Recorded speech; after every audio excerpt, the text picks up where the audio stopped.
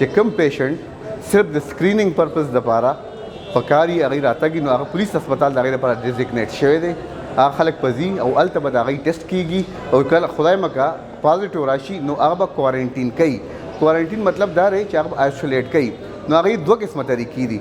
یو په کور کې هم بنده ساتلی شي په کاره چې هغه کس کوم چې خدای مکه پازیټیو راشي او داسې تکلیف ورته ني بیمار سیوا ني نو هغه ته کور کې یو کمره کې بند ساتلی شي د نورو ماشومانو د لویو نه بچ یو 14 ورځو لپاره. او بل دویم سیسټم دا دی چې هغه هغې کې کمپلیکیشنز دي خدای مکه سینې خرابه شوه نمونیا ورته وشوه یا ګردو کې څه مسله راله نو هغې دپاره اوسه پورې د صوبې د ټول نه غټ اسپتال دی ډیریډنګ اسپتال ښه مکمل اکوپ دی. موږ سره وینټیلیټر شته ډایلیسس مشین شته سټاف شته دا اوس LRH هغه ایسولیشن وارډ دی. نو موږ داسې یو سیسټم جوړ کړی دی چې دې دپاره موږ دا 2 دروازې جوړې کړي دي. دې طرف ته کومه دروازه ده که ستاسو کیمره خولی شي دې طرف ته نو دې طرف نه مریض را انټر کېږي که نه او داسې به ځي مریض به وځي بیا په دې نه چې هغه نور خلک انفیکټ نه کړي نو هغه به داسې بهر دي او دا لاره بهر کې جوړټۍ نه باروبر وتی شي.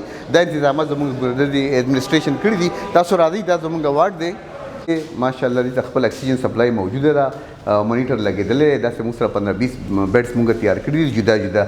دا وینټیلیټر دی په هر یو بیډ باندې وینټیلیټر موجود دی. هغه مریضان چې کوم کمپلیکیټډ شي خدای مکه مرضي سیوا شي او د کرونا وایرس ورته نمونیا جوړه کړي یا ګردې وله خرابې کړي زیاتره دا نمونیا وغیره جوړوي د سینې مرضونه جوړوي نو هغه به موږ ته راتلی شي چې هغې ته د بهر نه د ساه د اخیستو لپاره مشینان لګوي یا هغې ته وینټیلیټر وایي.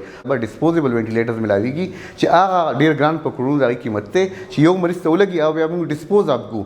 انشاءالله زه عوام ته دا خبره کوم چې موږ ښه اکوپډ یو ښه تیار یو او تاسو هېڅ غم مه کوئ. د کرونا وایرس یو عام فلو وایرس دی دا څه دومره غټ خطرناک شی نه دی.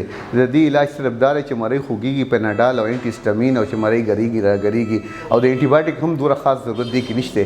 کله چې دا بیکټیریل انفیکشن شي بیا ورسره موږ لغون ته ډېر انټي بایوټیک ورکو. الحمدلله هغه خو نور خلکو نه هغه جدا ساتل دي هغه مریض ځکه چې دا کرونا وایرس د انفیکشن په اسانه سره لګي هر چاته. دا مثلا دا یو ډراپلیټ انفیکشن دی دا په هوا کې نه پاتې کېږي په ځمکه ځي کته په سامان پرېوځي په میټل سرفیس پرېوځي نو ډیټرجنټ د صرف او صابون او د بلیچ دې سره دا سمدستي خدای ختم کړي.